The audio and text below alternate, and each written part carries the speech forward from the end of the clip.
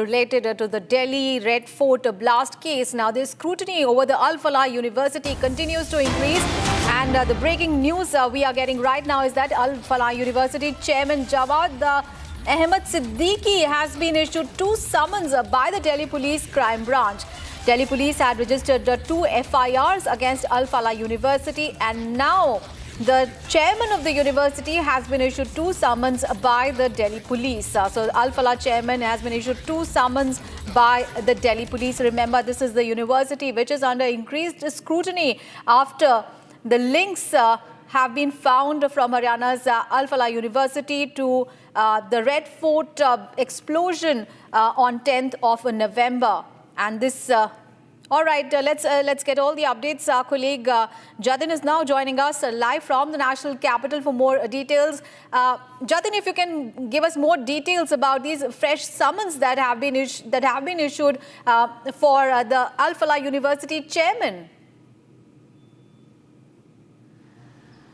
बिल्कुल, देखिए, सबसे पहले दिल्ली पुलिस की क्राइम ब्रांच ने अल फलाह यूनिवर्सिटी के खिलाफ 2 FIR दर्ज की और उस FIR को दर्ज करने के बाद अल फलाह यूनिवर्सिटी के जो वाइस चांसलर हैं जावेद, उनको सम्मन किया गया और सम्मन में उनसे इन्वेस्टिगेशन ज्वाइन करने के लिए बोला गया। हालांकि जब पहला सम्मन दिया गया उनकी तरफ से कोई रिप्लाई नहीं आया और यही कारण है कि दिल्ली पुलिस की क्राइम ब्रांच ने ये दूसरा सम्मन उनको दिया है और संभवतः इन्वेस्टिगेशन ज्वाइन करने के लिए लगातार उनको बोला जा रहा है। इसके अलावा दिल्ली पुलिस की क्राइम ब्रांच ने अल फलाह यूनिवर्सिटी के जो लीगल एडवाइजर हैं उनको कुछ डॉक्यूमेंट सबमिट करने को बोला है, जिसमें अल फलाह यूनिवर्सिटी किस तरीके से चलती है, ट्रस्ट को पैसा किस तरीके से मिलता है, फाइनेंशियल सोर्स अल फलाह यूनिवर्सिटी का कैसा है, अल फलाह यूनिवर्सिटी के अंदर जो रिक्रूटमेंट की जाती है वो किस आधार पर की जाती है, स्टूडेंट्स को जब आप अल फलाह यूनिवर्सिटी के अंदर एडमिशन देते हैं तो उसके पीछे का क्राइटेरिया क्या है। ये तमाम ऐसे सवाल जवाब है जो कि नोटिस में बताए गए हैं और इससे संबंधित जो डॉक्यूमेंट्स हैं वो भी अल फलाह यूनिवर्सिटी को सबमिट करने के लिए साफ तौर पर बोला गया है।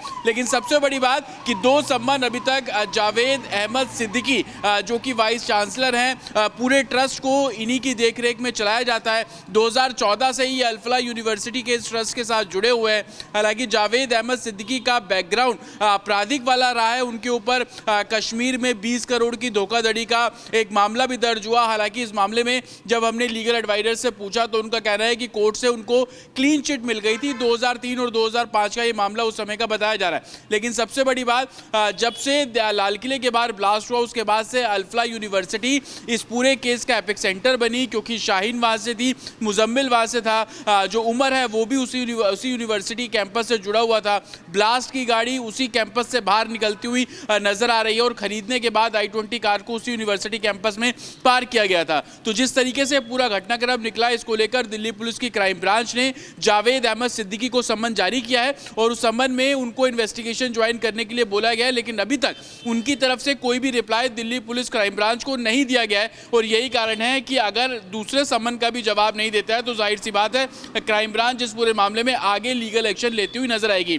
ये भी अभी तक जो जानकारी है वो क्लियर नहीं हो पाई है कि जो दस्तावेज जब मांगे गए थे उसको लेकर क्या कुछ प्रोवाइड कराया गया। लेकिन इतना बिल्कुल बताया गया है कि लैंड से जुड़े हुए जो कागजात हैं वो हरियाणा क्राइम ब्रांच को दिए गए थे और संभवतः दिल्ली क्राइम ब्रांच को भी वो कागज दिए गए। लेकिन किस तरीके से फाइनेंशियली तौर पर ये यूनिवर्सिटी चलती है, उसके अलावा किस तरीके से रिक्रूटमेंट किया जाता है, इसको लेकर अभी जवाब आना बाकी है। और यही कारण है कि दिल्ली क्राइम ब्रांच ने अल फलाह यूनिवर्सिटी के ट्रस्ट जो कि ओखला में जहां पर दफ्तर है वहां पर पहुंची थी और बाकायदा हैंड में, हाथों में जो सम्मन है वो यूनिवर्सिटी स्टाफ को, जो ट्रस्ट के स्टाफ है उनको दिया गया। लेकिन जाहिर सी बात है अभी तक कोई रिप्लाई जावेद अहमद सिद्दीकी की तरफ से नहीं दिया गया और दूसरा सम्मन उनको अब दिल्ली पुलिस की क्राइम ब्रांच द्वारा जारी किया गया है। Back to studio.